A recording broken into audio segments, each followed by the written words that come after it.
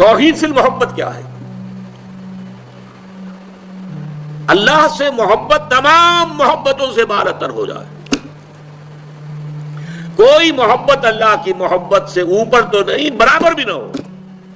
برابر ہونا شرک ہے، اوپر ہونا تو سمجھیے کہ اور پتہ نہیں شرک کے علاوہ بھی کوئی اصطلاح ہمیں ایجاد کرنی پڑ جائے گی.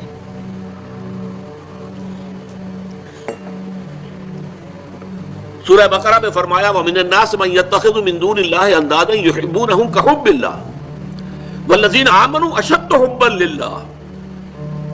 لوگوں میں سے کچھ ایسے بھی ہیں جو اللہ کے سوا کچھ ہستیوں کو محبوب بنا لیتے ہیں، اللہ کا مد مقابل بنا کر ان سے وہ محبت کرنے لگتے ہیں جو اللہ سے کرنی چاہیے تھی. وَالَّذِينَ آمَنُوا أَشَدُّ حُبًّا لِلَّهِ، اور جو واقعتاً اہل ایمان ہیں وہ شدید ترین محبت کرتے ہیں اللہ کے ساتھ. تو قرآن یہ نہیں کہتا کہ آپ والدین سے محبت نہ کریں، کرو، لیکن والدین کی محبت اللہ کی محبت کے برابر نہ ہو جائے، اس سے بڑھ نہ جائے.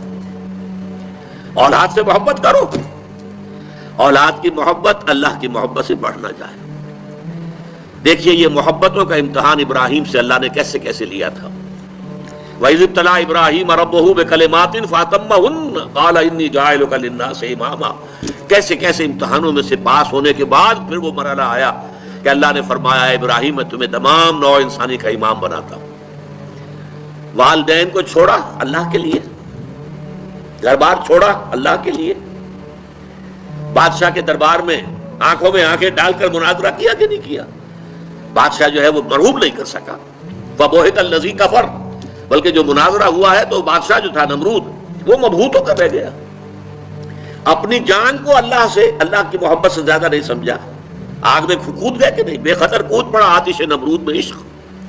عقل ہے محو تماشائے لبے بامبی. پھر اپنے ملک کی محبت پر اللہ کی محبت کو ترجیح دی، ملک چھوڑ دیا، ہجرت کی. آخری امتحان جو لیا ہے، آخری امتحان جس سے کڑا امتحان ہو نہیں سکتا. 100 برس کی عمر میں وہ 13 برس کا بیٹا جو دعائیں مانگ مانگ کر اللہ سے لیا تھا، اکلوتا بیٹا، حکم آیا ذبح کر دو. یہ ہے سب سے بڑا امتحان.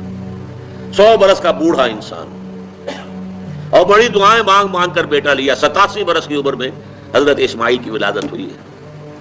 اب 13 برس کے ہو گئے ہیں. فلما بلغ معه السعی، جب بھاگ دوڑ کے قابل ہو گئے. 13 برس کا جوان بچہ جو ہے باپ کا دست و بازو بن جاتا ہے، بھاگ دوڑ. اس لیے آتا ہے نا کہ ابراہیم اور اسماعیل دونوں تھے جو بیت اللہ کی تعمیر کر رہے تھے. وَإِذْ يَرْفَعُ إِبْرَاهِيمُ الْقَوَاعِدَ مِنَ الْبَيْتِ وَإِسْمَاعِيلُ، اس اسماعیل کے بارے میں انی ارا فی المنام انی اصبحک فانظر ماذا تری. اے میرے بچے میں دیکھ رہا ہوں خواب میں، بار بار یہ خواب آ رہا ہے کہ میں تمہیں ذبح کر رہا ہوں. اور اس کے لیے چھری پھیر دی. یہ تو اللہ تعالیٰ نے جو ہے قد صدقت الرؤیا انا کذالک نجزی المحسنین، اللہ تعالیٰ نے کہا بس بس، امتحان ہمیں لینا تھا، وہ امتحان پورا ہو گیا. یہ ہے محبت، توحید فی المحبت. اللہ کی محبت تمام محبتوں سے غالب. اور اگر کوئی ایک محبت بھی آ کر آپ کے دل کے سنگھاسن پر اللہ کی محبت کے ساتھ براجمان ہو گئی، بات ساتھ کہہ رہا ہوں، اوپر نہیں، ساتھ بیٹھ گئی آپ کے دل کے تخت پر، تو یہی شرک فی المحبت ہے. اب دیکھیے یہ تو میں نے انڈیویجول لیول پر آپ سے بات کی. اب آئیے اجتماعی سطح پر، بلکہ اسی ضمن میں ایک آیت اور سن لیجئے. اللہ کی محبت کے ساتھ جڑی ہوئی محبت ہے اللہ کے رسول کی محبت، اور پھر تیسری محبت ہے اللہ کی راہ میں جہاد کی محبت.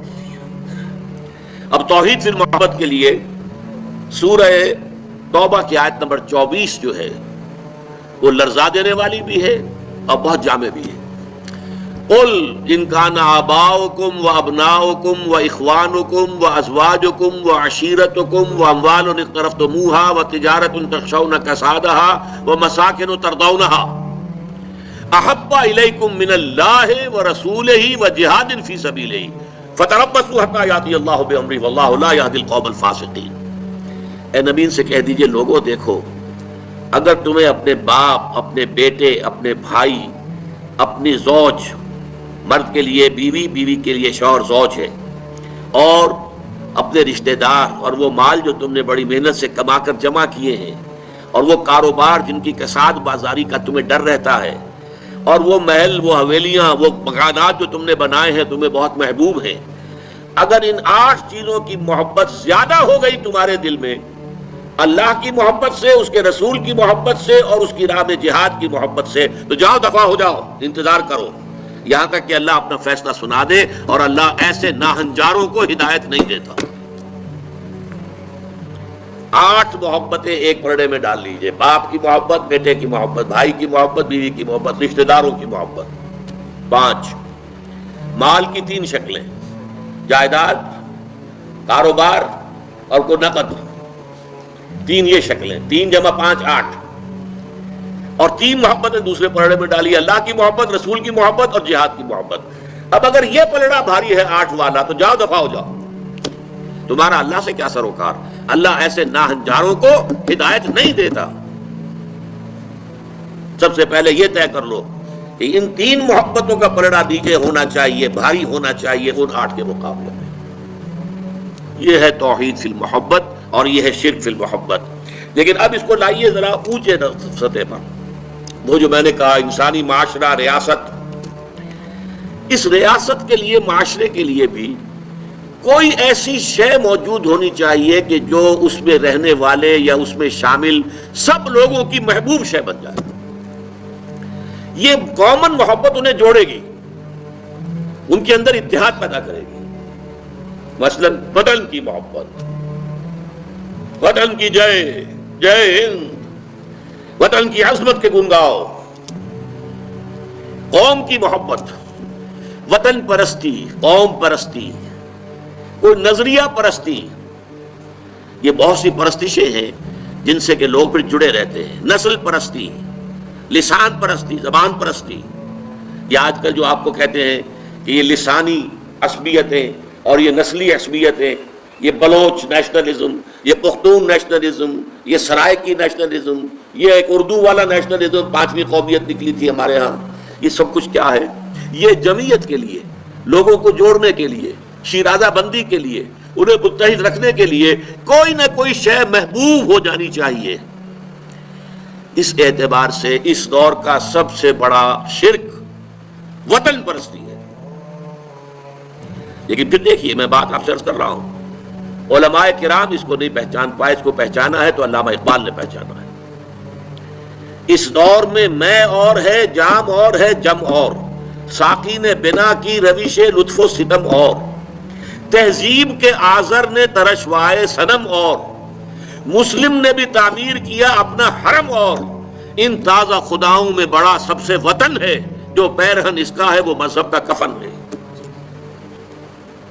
نظارہ دیری نہ زمانے کو دکھا دے، اے مصطفی خاک میں اس بت کو ملا دے. یہ وطن پرستی شرک، اس دور کا سب سے بڑا شرک. نیشنلزم، نیشنلزم جو ہے وہ لوگوں کو جمع کرنے والی شے ہے. ہماری قوم، ریشیل نیشنلزم بھی ہوتا ہے، نسلی قومیت. اور آج کل نیشنلزم جو ہے وہ علاقائی ہوتا ہے، ٹیریٹوریل نیشنلزم. ایک ملک میں رہنے والے جو ہے اس کو سب ایک قوم ہے اور اپنے ملک سے محبت سب سے اوپر کر دے. یہ ہے در حقیقت علامہ اقبال نے جس کو کہا کہ وطن ایک تو ہے وطن سے محبت ہونا، وہ ٹھیک ہے، حب الوطن من الایمان حدیث ہے. گفتار نبوت میں وطن اور ہی کچھ ہے، اور گفتار سیاست میں وطن اور ہی کچھ ہے. وطن جب آتا ہے ایک پولیٹیکل کانسیپٹ کی حیثیت سے تو معبود بنتا ہے. اس معبود کی ایک نماز ہے. آپ کھڑے ہو جاتے ہیں، ترانہ پڑھا جا رہا ہے اور آپ کھڑے ہیں، جھکے ہوئے، سر جھکا کر کھڑے ہیں. یہ قنوت جو ہے یہ کس کے لیے ہو رہا ہے؟ وطن کے دیوتا کے لیے ہو رہا ہے. وطن کے دیوتا کا ایک اور ہے سلامی، جھنڈے کو سلامی دی جا رہی ہے. جھنڈا وہ علامت ہے آپ کے وطن کی. آپ کے علم میں ہوگا، میں اس ترانے کے پڑھے جانے کے وقت کھڑا نہیں ہوتا، اور اسے بڑی کنٹروورسیز بھی ہوئی ہیں، مجھے بڑی تلخ باتیں بھی سننی پڑی ہیں، لیکن میں یہ سمجھتا ہوں کہ در حقیقت یہ وطن کی نماز ہے، وطن کی حمد ہو رہی ہے، وطن کے اور ترانے گائے جا رہے ہیں. در حقیقت یہ اجتماعی سطح پر پولیٹیکل سائنس کے اعتبار سے آج وطن جو ہے وہ جو ہے ایک معبود کی شکل اختیار کر گیا.